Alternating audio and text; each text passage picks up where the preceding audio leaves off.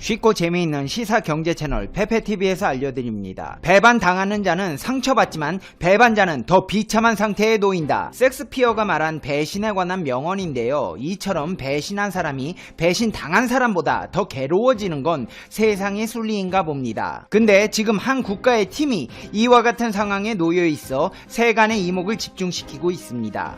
바로 영국의 리버풀인데요. 리버풀은 작년까지 공식 홈페이지와 소셜미디어 계정에 일본의 군국주의를 상징하는 전범기를 반복 게재한 데다 꼼수 사과 논란까지 일으켰습니다. 그런데 지금 리버풀이 리그 중단 위기에 놓인 현 상황으로 인해 잉글랜드 프리미어리그 우승이 무산되는 위기에 처했습니다. 리버풀이 배신한 혹독한 대가를 치르고 있는 것일까요? 지금 바로 팩트체크하겠습니다. 페페TV 팩트체크. 유럽 무대를 호령하고 있는 잉글랜드 프리미어리그 구단 리버풀이 명문팀답지 않은 행태로 국내 팬들의 민심을 잃은 일이 있는데요. 공식 홈페이지와 소셜미디어 계정에 일본의 군국주의를 상징하는 전범기를 반복 게재한 데다 꼼수 사과 논란을 일으킨 사건이 있습니다. 국내에서는 프리미어리그나 유럽 축구연맹 등 상위 단체에 대한 항의 움직임이 있기도 했습니다. 리버풀은 작년 카타르 도하 칼리파 인터내셔널 스테디움에서 열린 2019 국제축구연맹 클럽 월드컵 결승전에서 플라멩고를 연장 접전 끝에 1대0으로 꺾고 우승을 차지했습니다. 리버풀은 작년 시즌에만 UEFA 슈퍼컵에 이어 2관왕에 올랐습니다. 그런데 리버풀이 우승 직후 SNS 일본 계정에 올린 축하 그림이 논란에 휩싸였습니다. 우승 트로피를 든 위르겐 클롭 감독의 등 뒤로 전범기 문양이 사용됐기 때문인데요. 심지어 리버풀 공식 계정이 이 게시물에 좋아요를 누르기까지 했습니다. 리버풀에서는 앞서 영입된 일본인 축구선수 미나미노 타쿠미의 인터뷰와 함께 구단의 활약상을 다룬 다큐멘터리 예고 영상을 게재하면서 전범기 이미지를 또 썼습니다. 한국 팬들의 항의가 이어지자 해당 영상을 삭제하고 공식 SNS를 통해 사과문을 발표했습니다. 하지만 파문은 가라앉지 않았습니다. 사과문을 공식 홈페이지가 아닌 SNS 계정에만 올린 데다 한국에서만 볼 수 있게 제한을 걸어둔 꼼수 사과였기 때문입니다. 더욱이 사과문을 올린 지 하루도 지나지 않아 다시 전범기를 일본 계정에 사용함으로써 팬들의 분노는 더욱 증폭되었습니다. 작년 한 해에만 UEFA 챔피언스 리그, 슈퍼컵, 클럽 월드컵 등 세계 대회에서 우승하며 수많은 팬들을 끌어모은 리버풀이었기에 배신감은 더 컸습니다. 대한민국의 방크에서는 이런 리버풀의 사태에 대해 공식적으로 항의했습니다. 일본에선 전범기를 오랜 기간 사용한 전통 깃발이라 말하지만 2차 세계대전 당시 타국을 침공할 때 전면에 내세웠기에 전범기임을 부정할 수 없다며 유럽인들에겐 그런 인식이 없는 상태이기 때문에 비난할 것이 아니라 이런 사례를 통해 정확히 사실을 알려야겠지만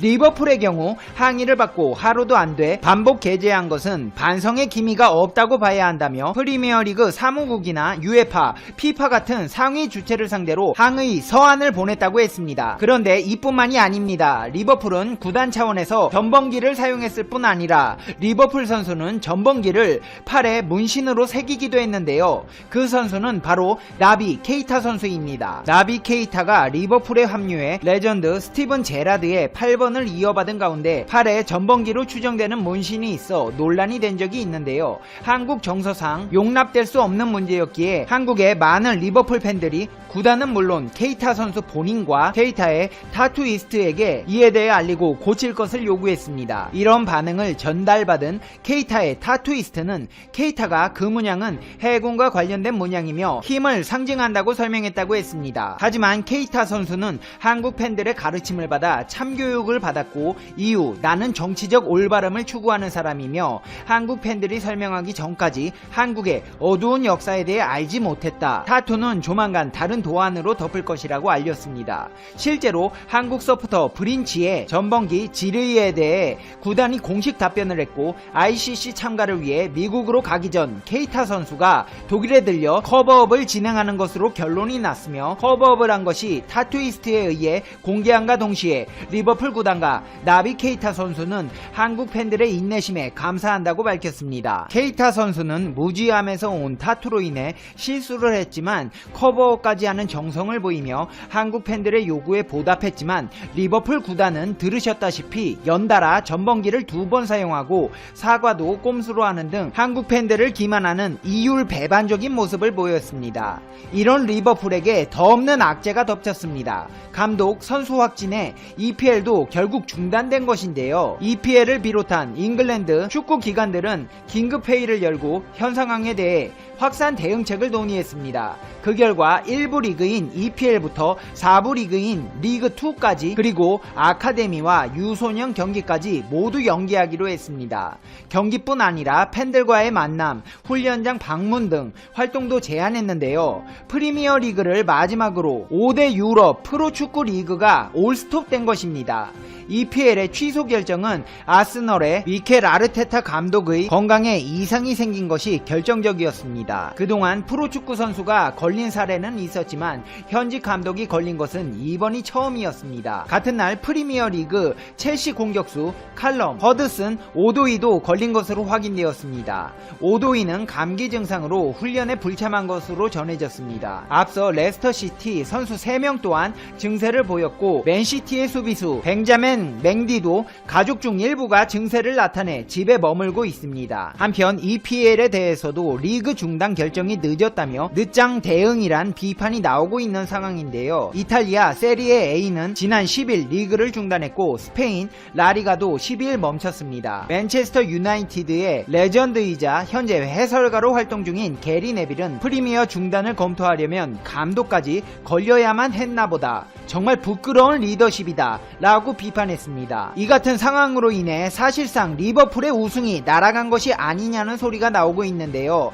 이는 영국 정부가 EPL 중단을 결정하면 우승이 무효가 되기 때문입니다. 영국의 언론 텔레그래프는 영국 정부가 현 상황으로 인해 시즌이 단축되면 리버풀의 우승도 장담할 수 없게 된다고 전했습니다. 데일리 메일 또한 영국 정부가 2개월 동안 스포츠 이벤트를 중단할 우려가 있다면서 시즌이 무효가 될 수 있다. 시즌이 중단되면 2019-2020 시즌이 취소된다고 전했습니다. 이 같은 상황은 리버풀에게 상당히 불리한 조치인데요. 만약 영국 정부가 이번 시즌 EPL의 조기 종료 혹은 시즌 단축을 결정하면 현재 선두로 우승이 유력한 리버풀은 트로피를 차지하지 못하게 되기 때문입니다. 리버풀은 27라운드까지 진행된 현재 26승 1무 무패로 선두를 질주하며 1989년, 1990년 시즌 이후 30년 만에 우승을 눈앞에 둔 상황입니다. 리버풀은 자력 우승까지 앞으로 4승 남았는데 30년 만에 우승을 노리고 있는 리버풀로서는 최악의 뉴스입니다.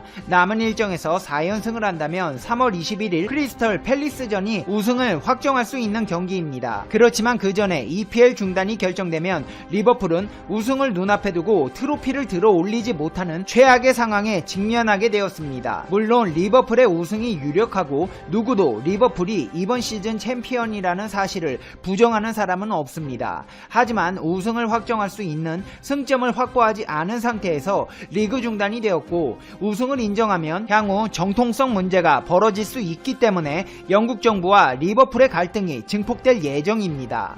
이런 가운데 미국의 트럼프 대통령도 일본 도쿄올림픽을 연기하는 게 낫다고 한 가운데 올림픽은 물론이고 전세계 스포츠 이벤트들이 취소되며 스포츠 팬들의 마음을 애타게 하고 있습니다. 이제 페페TV의 결론 듣겠습니다. Conclusion. 페페TV. 리버풀의 케이타 선수처럼 말하면 알아듣고 배우려는 사람이 있는가 하면 귓구녕에 뭐가 들어있는지 아무리 말해봤자 속이에 경읽기 하듯 못 알아듣는 사람들이 있습니다. 꼭 누구를 집어서 하는 말은 아닙니다. 아베 신조씨, 네, 그냥 그렇다는 겁니다. 도쿄올림픽 잘해보세요. 페페TV 시청자 여러분은 어떻게 생각하세요? 페페TV는 여러분의 생각이 궁금합니다. 댓글로 여러분의 생각을 남겨주세요. 시청자 여러분, 요즘 경제적, 육체적, 정신적으로 지쳐가는 시청자 여러분을 볼 때면 조금이라도 힘을 드리고 싶은 페페TV의 마음이 미어져 옵니다. 하지만 이럴 때일수록 우리가 힘을 내서 이 위기를 극복해요. 지금 이 시간에도 땀 흘려 노력하고 있을 대한민국 의료진 여러분 화이팅입니다. 있습니다. 힘내시기 바랍니다. 특히 대구로 봉사 가시는 의료진 여러분 정말 존경스럽습니다. 여러분은 사랑을 실천하는 자랑스러운 세계 최고의 대한민국 의료인들입니다. 몸 조심히 다녀오셔서 건강한 대한민국을 만들어 주시기를 부탁드립니다. 대구 지역 여러분 힘내세요. 그 밖의 지역 대한민국 국민 여러분들 모두 힘내세요. 우리가 힘을 합쳐서 조심하면 이 또한 지나갈 것이고 모든 것이 좋아질 날이 반드시 올 겁니다. 지금까지 많은 위기를 겪어왔고 우리는 항상 이겨내왔습니다. 이제 곧 봄이 옵니다. 우리는 모두 알고 있습니다. 꽃마다 피는 시기가 다를 뿐 꽃은 필 수밖에 없으며 모든 것은 완벽하게 이루어지게 될 수밖에 없다는 것을. 시청자 여러분 다 같이 힘내서 우리 이 위기를 이겨내요. 이런 상황에서 힘드시겠지만 오늘 하루도 행복하게 보내셔야 해요. 당신은 소중하니까요. 다음 영상에서 봬요. 안녕.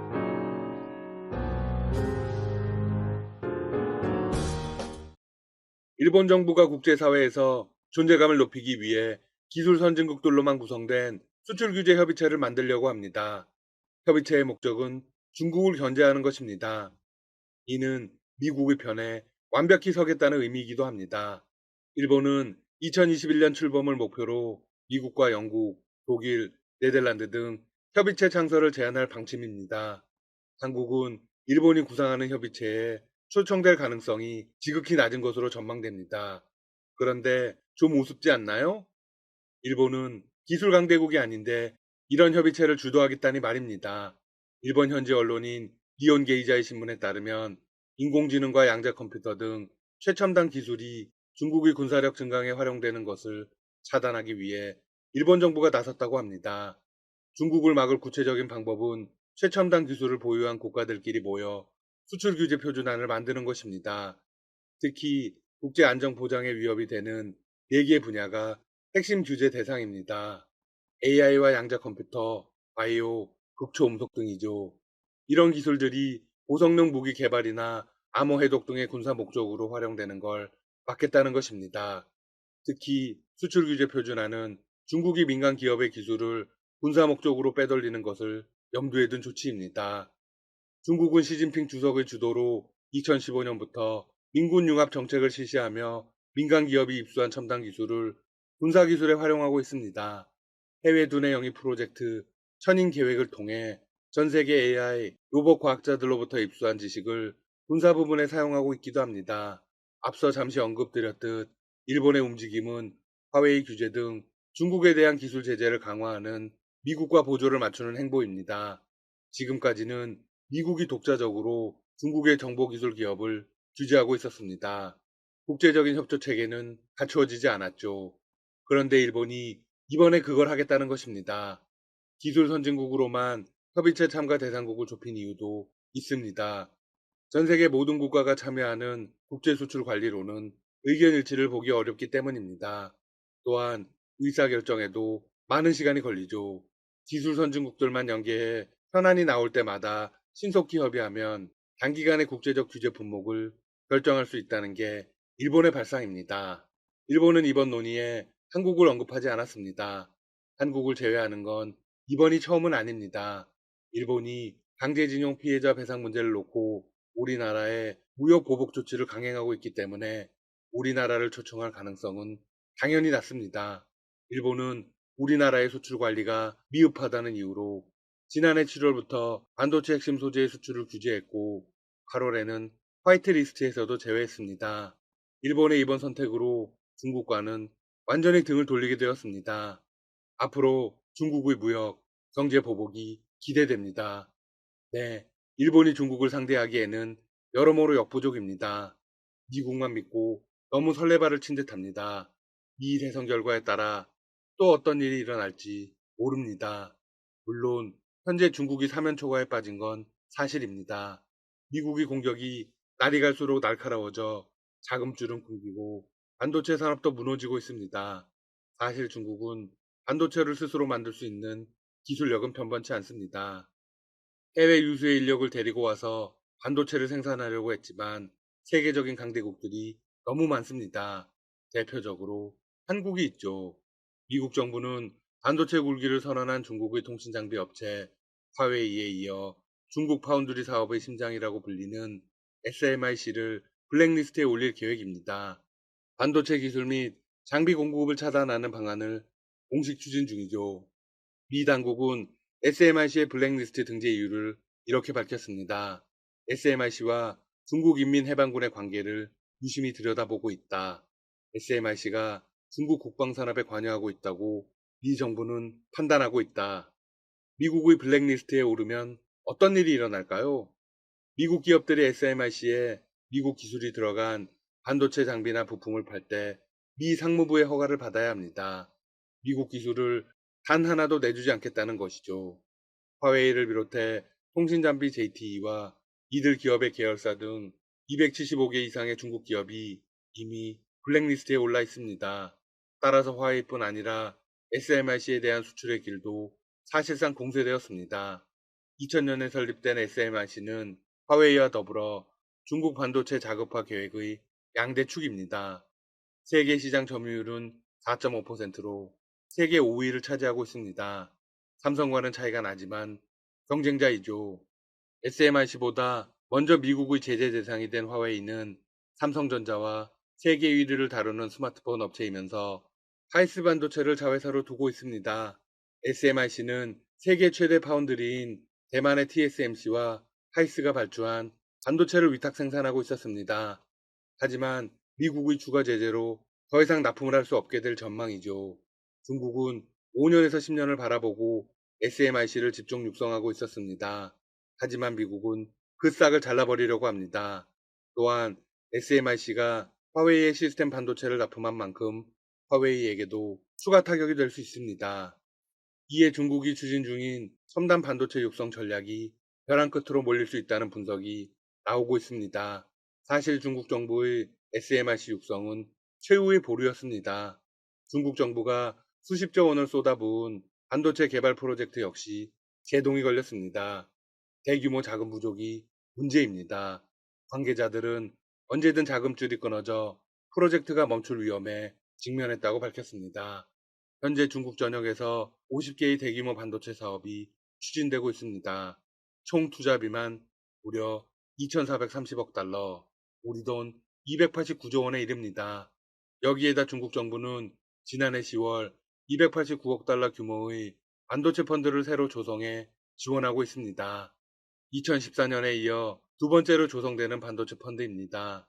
이 펀드에는 중국개발은행 등 중앙정부와 지방정부의 지원을 받는 기업이 대거 참여했죠. 하지만 주요 투자 주체인 중국 지방정부들의 재정난이 한계에 달해 자금 조달이 어려운 데다 선진국 업체들과의 기술 격차는 여전히 큽니다. 따라서 중국의 입장에서는 한국에게 어떤 형태로든 도움을 청할 가능성이 있습니다. 중국은 한국과의 관계를 띄우고 있습니다. 27일 중국은 한국으로부터 인도받은 한국전쟁 참전 군인 유해 귀국 행사를 대대적으로 진행하며 애국주의를 강조했습니다. 행사를 맞아 중국 거리는 한국을 도와 미국에 대항하고 가정과 나라를 지키자는 등 유해 송환을 환영하는 문구로 채워졌습니다. 한중 당국은 이날 오전 인천국제공항에서 중국군 전사자 인도식을 마친 뒤 중국으로 유해를 송환했습니다. 공항에서는 생존 참전 군인과 유가족 등이 참석한 가운데 기념의식이 열렸으며 중국 매체들은 참전 군인의 영웅화에 앞장섰습니다. 의식이 종료된 후에는 유해가 차량에 실려 능원으로 향했습니다. 이동 과정에서는 공안의 도로 통제 속에 수십 대의 경찰 오토바이가 호송을 맞는 등 엄숙한 분위기가 연출되었습니다. 거리는 유해 송환을 환영하는 문구로 가득 채워졌습니다.